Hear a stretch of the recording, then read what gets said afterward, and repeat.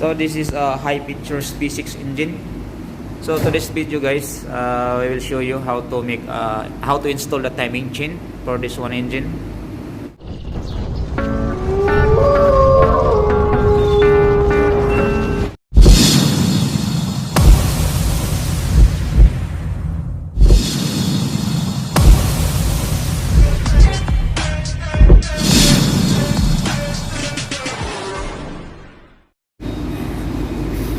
We have two timing marks in the crankshaft. This one for the stage 1 and this one other one is the stage 2. So after the stage 1 finish, turn the crankshaft and this timing mark match in this timing mark in our oil pump. So for this kind of engine, we have two stages for installing for timing chain, stage 1 and stage 2. For stage 1, so we need to put the lock. This is our special tools. So put a lock. This one is on a guide. Install this one, and we have a two marking for a camshaft. This one the triangle, and the other one is circle. And also the other side we have also two. We have a triangle and we have a circle. So we need to this one to synchronize this one timing. In our chain also we have a color, so match this one color to the dot. So the stage 1, this is the bank 2 or the left side bank. You need to match this marking to the circle marking also in the camshaft actuator. Match that one, and the other side also match this one. But make it sure this one circle marking and the other side also is a circle marking. This is the left side bank, so match this one timing mark color in our chain. This one.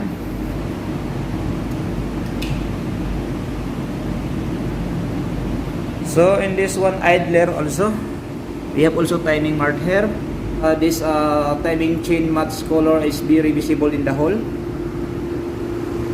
That one, the yellow one. Then install this one, the guide, chain guide.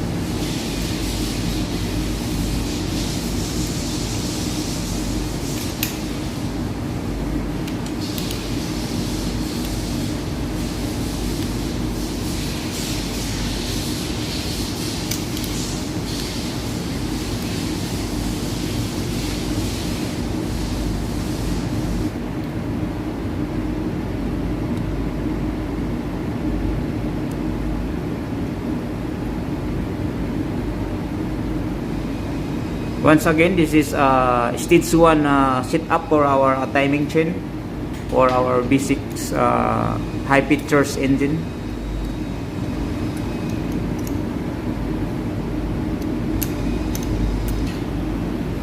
Make it sure the guide also for this one, our tensioner exact in a hole in our chain guide,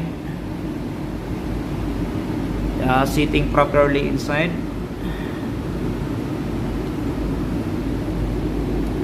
You can see here,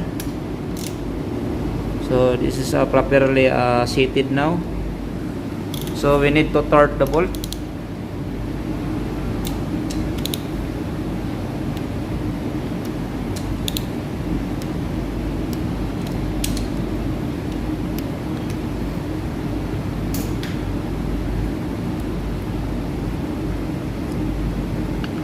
Okay, to release this one tensioner, remove the pin and push back, then this one automatic release. But before that, teka do.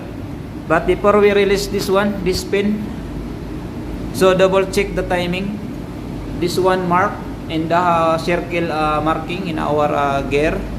Also this one exact to the circle marking, and we have also here in the hole, and this timing chain color yellow exact in the hole, also in our idler sprocket, and in the crankshaft this one as it up for the stage 1. So if this is all correct, so this one are ready to remove the pin. So remove the pin. Then now this one have attention for our chain. Okay. So after that, stage 1 is finished for this one setup.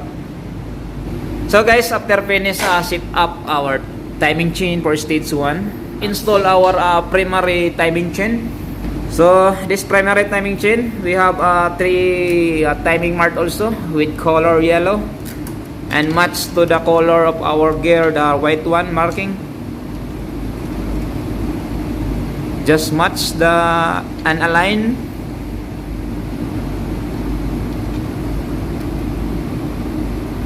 So this is the timing guys for our stage 1, yellow matching to our crankshaft sprocket. The other yellow matching to our idler sprocket. Also same the other side.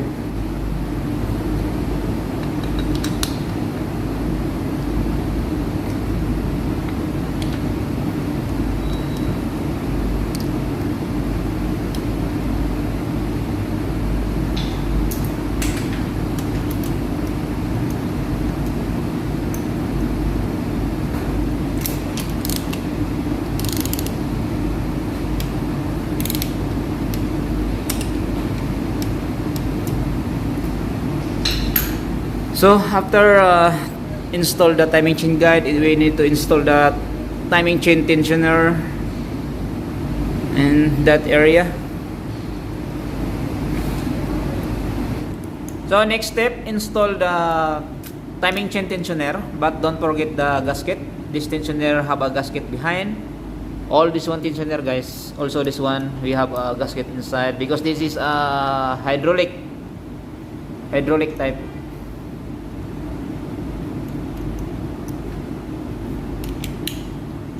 Then don't forget to torque this bolt.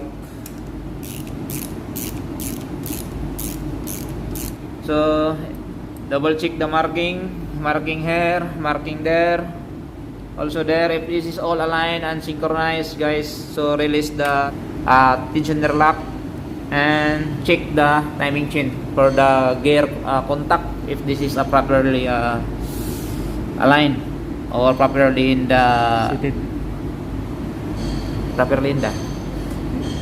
Then this is ready for stage 2 guys. But before you turn this crankshaft, check for the timing mark. This is our timing mark, stage 1 timing mark. This is the dot aligned for this one dot for the stage 1, the dot for stage 2 in other side in this area. And this is the very important guys. For the left side stage 1, don't forget the marking for this one is circle, the left side, because we have 2, triangle and circle. In left side we need a circle matching for this one timing chain color for this 2. So after this all already fixed and tight all the bolts and remove already the camshaft lock. So this one now is ready to turn. So we need to turn the crankshaft for stage 2, and the marking matching to the other side.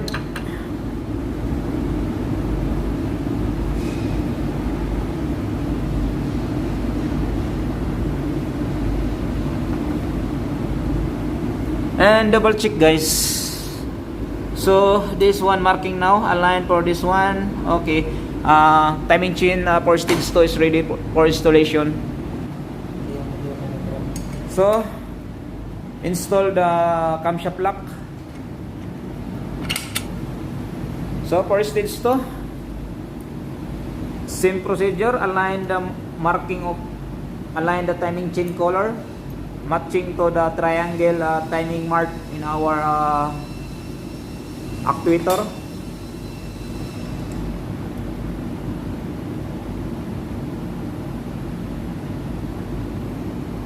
Okay, so this is aligned now, guys. So after that one aligned, this toe is aligned, and the other side also aligned. So this is very important to make all alignment, guys. Ganito. Okay, if you notice, guys, this is a very loose, because we need to install the timing chain guide and timing chain tensioner for this one timing chain. Don't use any power tools, guys, when you install this bolt for our timing chain tensioner and timing chain guide. Just use hand tools only. Now we are finished for stage 1 and stage 2 for our timing installation for timing chain. This is our B6 engine, high pitchers. This is the left bank and this is the right bank, because this is the front of the vehicle. Front of the vehicle going there. This is the left side, the bank 2, and the right side is the bank 1. So the bank 1, we have 3 cylinder, 1, 3, and 5.